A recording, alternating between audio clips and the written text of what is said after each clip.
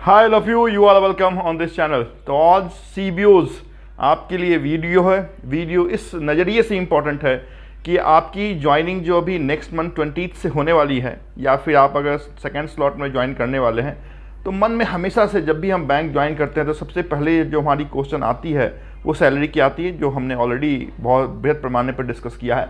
Second जो सबसे important आपके जेहन में सवाल आता है वो है पोस्टिंग को लेके, कि सर हमारी पोस्टिंग कहाँ मिलेगी, कैसी होगी, है ना। हम इसमें कुछ ऐसा सोर्स पैरवी कर सकते हैं क्या, कोई रिक्वेस्ट HR से हम कर सकते हैं क्या।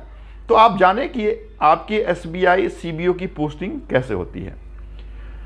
सर्कल अलग अलग हैं, इस कारण से हो सकता है कि उनके जो नज़रिए हों अलग हों, और आपको ज्वाइनिंग के लिए या तो SBILD जो स्टेट बैंक ऑफ इंडिया की लर्निंग सेंटर होती है वहाँ पर बुलाया जाए, या फिर LHO में आपको बुलाया जाए। तो दो जगहों की बात मैंने की, इधर SBILD लर्निंग सेंटर और LHO।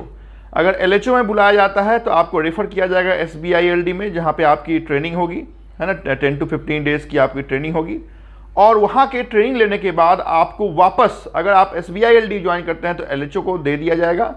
LHO से आपकी पोस्टिंग जोन में होगी, और जोन से आपकी जो पोस्टिंग है वो RBO को दी जाएगी, और RBO से आपकी पोस्टिंग ब्रांचेज में की जाएगी। तो जो स्ट्रक्चर की बात मैंने की थी, आपके स्टेट बैंक ऑफ इंडिया के स्ट्रक्चर की बात, उसमें बताया था कि ब्रांच जो 30-35 ब्रांच होते हैं, उसके ऊपर की जो कंट्रोलिंग ऑफिस होती है उसे हम RBO कहते हैं। ऐसे 3 या 4 RBO के ऊपर जो उसकी कंट्रोलिंग ऑफिस होती है उसे हम AO एडमिनिस्ट्रेटिव ऑफिस या फिर जनरल ऑफिस कहते हैं। और ऐसे 2, 3, 4 AO के ऊपर जो कंट्रोलिंग ऑफिस होती है उसे हम LHO लोकल हेड ऑफिस के नाम से हम जानते हैं। तो अल्टीमेटली आपको ब्रांच में जाना है, तो ब्रांच के ऊपर की जो ऑफिस है वो है RBO। तो आपकी पोस्टिंग जब RBO में हो जाए तो आप समझें कि उसी के इर्द गिर्द आपको ब्रांच मिलने वाली है, करेक्ट। तो RBO का एक निश्चित अपना ज्योग्राफिकल सीमा होता है, उसी ज्योग्राफिकल सीमा में उसकी सारी जो 30-35 ब्रांचेज होगी वो होगी। तो एक बार once you have a letter from zone to RBO, तो RBO मिलने के बाद हम ये अमूमन समझ जाते हैं कि अब जो हमारी ये पोस्टिंग है का दायरा यहाँ से लेके और 40, 45, 60 किलोमीटर जो भी उसका दायरा है वहाँ पे हो जाएगी। यहाँ पे बात आती है कि सर क्या हमारी पोस्टिंग शहर से बहुत दूर होगी, क्या रूरल पोस्टिंग हमें मिलेगी, क्या सेमी अर्बन पोस्टिंग हमें मिलेगी, या फिर अर्बन पोस्टिंग मिलेगी। क्योंकि 3 तरीके के पोस्टिंग ब्रांचेज में अमूमन होते हैं। एक होता है रूरल, है ना, दूसरा होता है सेमी अर्बन, और तीसरा होता है अर्बन। तो अर्बन तो आप भली भांति जानते हैं, क्योंकि आप जिस बैंक से आ रहे हैं, अगर नेशनलाइज बैंक ना हो तो आप अमूमन अर्बन ब्रांच से ही आ रहे हैं। अगर नेशनलाइज बैंक या रूरल RRB से आ रहे हैं तो आप जो रूरल ब्रांच है या फिर जो अर्बन सेमी अर्बन ब्रांच है उसका आपके पास नॉलेज है कि कैसी और किस स्तर की ब्रांच आपकी होती है।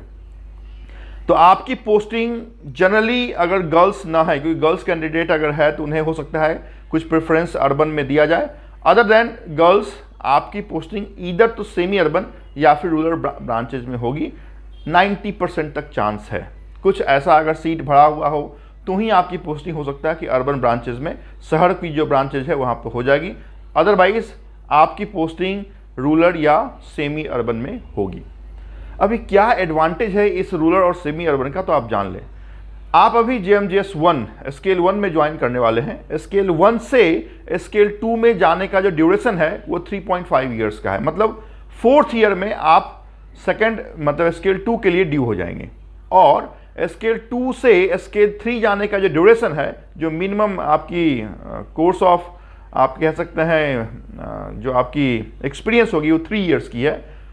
तो स्केल 3 के लिए रूसू इज कंपल्सरी।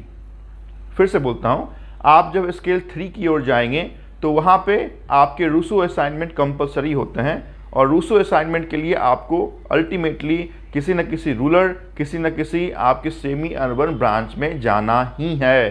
तो इस कारण से आपको अगर शुरुआती दौर में ही रूरल सेमी अर्बन ब्रांच मिल रही है तो आप समझे कि आपके लिए अच्छी बात है, क्योंकि जब जैसे जैसे आप आगे जाएंगे वैसे वैसे आपका जो ये बैकलॉग है ये आपके पीछे रहेगा, और आप अगर प्रोग्रेसिव स्केल 1, 2, 3 को जाना चाहते हैं तो रूरल या सेमी अर्बन से ही आपका रास्ता जाएगा। इस कारण से पोस्टिंग के मामले में कभी ना सोचें कि सर हमें रूरल मिल जाएगी क्या, हमें हमारी फैमिली है। तो शुरुआत में ही अगर जो भी कष्ट काटना है, चूँकि आप नए होंगे, आप SBI के लिए नए होंगे, आप SBI के टेक्नोलॉजी के लिए नए होंगे, आप SBI के सिस्टम के लिए नए होंगे, आप SBI की मैनेजमेंट के लिए नए होंगे, तो अच्छी बात है कि अगर रूरल और सेमी अर्बन ब्रांच मिल जाती है तो वहाँ पे थोड़ा सा प्रेशर कम होगा और आप सीख सकते हैं।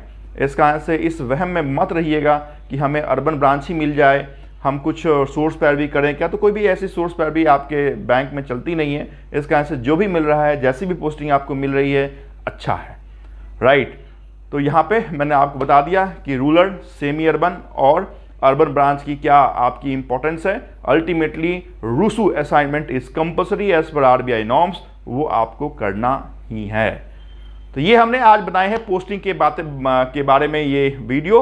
नेक्स्ट में हम देखेंगे प्रमोशन, और फिर हम देखेंगे कि ब्रांच में जब हम जाते हैं तो फिर कैसे मैनेज करें, कैसे हम अपने जूनियर स्टाफ कलर्स को मैनेज करें, कैसे हम कस्टमर को मैनेज करें, कैसे हम अपने ब्रांच मैनेजर को कन्विंस करें, और कैसे हम मैनेजमेंट का प्रेशर भी लेके आगे बढ़ सकते हैं।